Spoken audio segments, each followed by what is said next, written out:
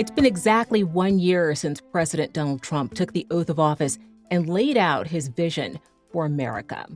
During every single day of the Trump administration, I will very simply put America first. Hello and welcome to USA Today's The Excerpt. I'm Dana Taylor. As he begins the second year of his second term, USA Today spoke to dozens of Americans across the country to hear their take on how the president's policies have impacted their lives. Joining me now to share just a few of those stories is USA Today national correspondent Trevor Hughes. It's good to have you back, Trevor. Yeah, good to be here. I'd like to start with some broad strokes here. Trump's presidency so far has been an eventful one, to say the least. We've seen new trade wars, a huge ramping up of immigration enforcement, an assault on Venezuela that led to the capture and arrest of their president, and a surge of executive orders covering everything from what genders the federal government will recognize to declaring birthright citizenship no longer legal. The country feels like it's reached a political divide of new heights. What did you find here? What was fascinating in my conversations, and our conversations were supposed to be focused on the economy, but what we really found was that, how you see the country and how you see the economy is very much based on whether or not you support President Trump. I didn't find a lot of folks who supported the president who criticized him. They tended to say that what he's doing is what he was elected to do, and they're very pleased to see it. And then, of course, you have many, many liberals who are incredibly upset and say, this is exactly what we warned was going to happen, and they're horrified. I want to turn to housing because when it comes to the issue of affordability, mortgage rates remain a sticking point. USA Today spoke with Christine O'Donnell, the longtime suburban Philadelphia realtor, about the issue of affordable housing. What's her take on the current housing market? What she said and what we heard over and over from a lot of people is that those people who have homes who refinanced during the pandemic, they're sitting at 3% in their mortgage, which is a great rate, right? But it means you can't afford to upgrade. And that's what she saw. There's a lot of folks who are sort of stuck in their houses. And so there's this strange pent-up demand for people who would love to move, but just feel like they have these golden handcuffs in their existing houses. And of course, those people who don't own homes yet, for them, the barrier to entry is still significantly high when you're looking at a mortgage rate of 6%, especially in an economy where it's hard to get together a bunch of money for a down payment. This realtor we talked to, she was telling us that things are sort of slow and she's hoping that they get better. But she's had to cut back on her marketing materials because she's a realtor who's been impacted by tariffs. She's reduced the frequency of the newsletter she sends out because the price of stamps has gone up. So the economy really runs sort of center through so many Americans' concerns right now. And, in the housing market is chief among them. Let's turn now to energy, beginning with coal. In Colorado's coal town, how do people like 61-year-old lifelong resident Trula Simmons feel about Trump's first year back in office? I've been covering this part of Colorado for many, many years. And Trula, like a lot of other folks out there, are very happy with the president. They wish he had done more to protect coal mining because under the Biden administration, a lot of coal mines are shutting down or sort of moving in that direction because a lot of coal-fired power plants are being pushed to shut down because of environmental considerations. Now, the president has promised for years to protect coal miners, and frankly, he's pushed to keep coal mines open. And so people like Trula are looking out at her neighborhood, at her area, and she says, my husband lost his job as a coal miner, my son lost his job as a coal miner, but my husband got a job at the reclamation, and her son is getting a different job at a different coal mine because that one is going to remain open because coal still is producing a lot of electricity in this country. But for her, they live in a very rural area, so they drive 100 miles round trip for groceries. When you're driving 100 miles round trip to Sam's Club, that price of gas makes a huge difference. I paid, I think, $35 to fill up my 25-gallon tank the other day. During the height of the gas prices, it was closer to 80. In response to threats posed by climate change, former Presidents Barack Obama and Joe Biden championed green energy. How did that affect people like Trula? For many of these rural areas where there are coal mines and giant coal generating power plants. It's been the backbone of their economy. These are jobs where you can earn $75, $100 an hour, depending on overtime. Really good, solid, reliable jobs day in and day out. And so when a president like Obama or Biden or even Hillary Clinton said, we're going to put a lot of coal miners out of business, they understood what was going to happen. And the issue has been in those rural, remote areas, there's not a lot of other job opportunities. And so if you take away that single largest employer, those huge jobs, those huge reliable paychecks, you can devastate a community. And the folks out there are very cognizant of that. And that really did drive their decision making when it comes to presidential elections. I want to stick with green energy. USA Today also profiled an American industrial painter. His name is Nick Reynolds.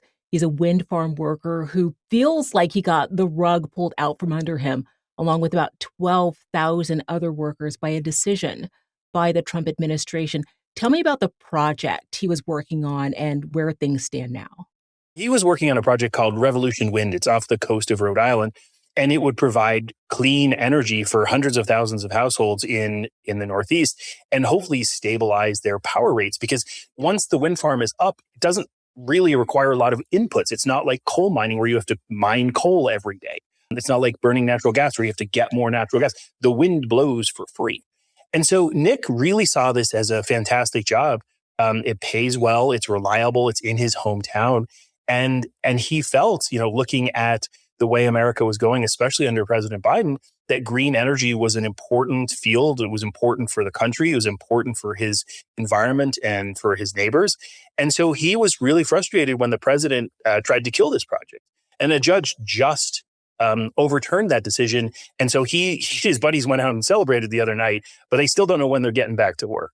Trevor, in reading your piece, Reynolds sounds like a guy who tried to make smart choices by adapting to a changing employment landscape. He told USA Today, quote, "I did all this training in this promising field that the president encouraged, and for what?" How does he feel about Republicans?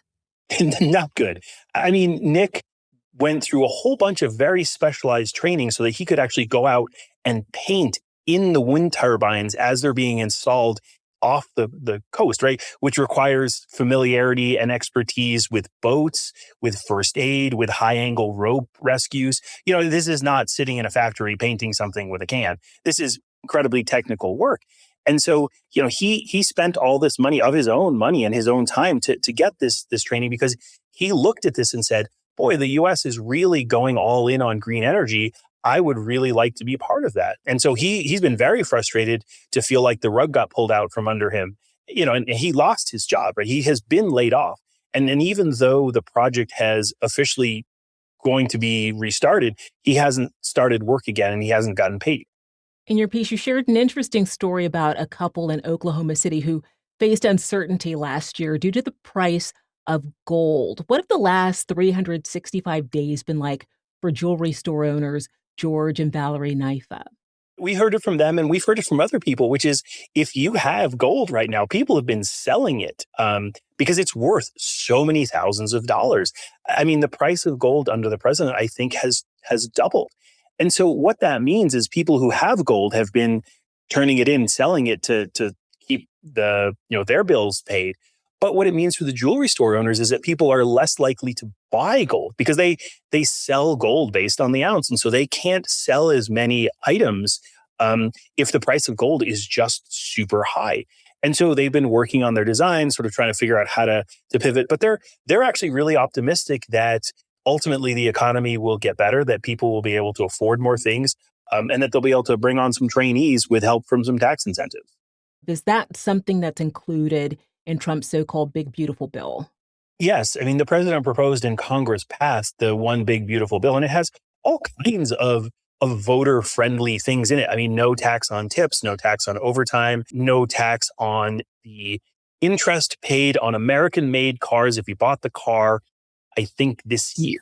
So there's quite a lot of things in there that were really meant to help working people. And, I have seen I've talked to folks who have said, the tax on overtime, maybe it'll help, maybe it won't help. It really depends on whether you work in an industry where you're declaring that overtime and declaring those tips.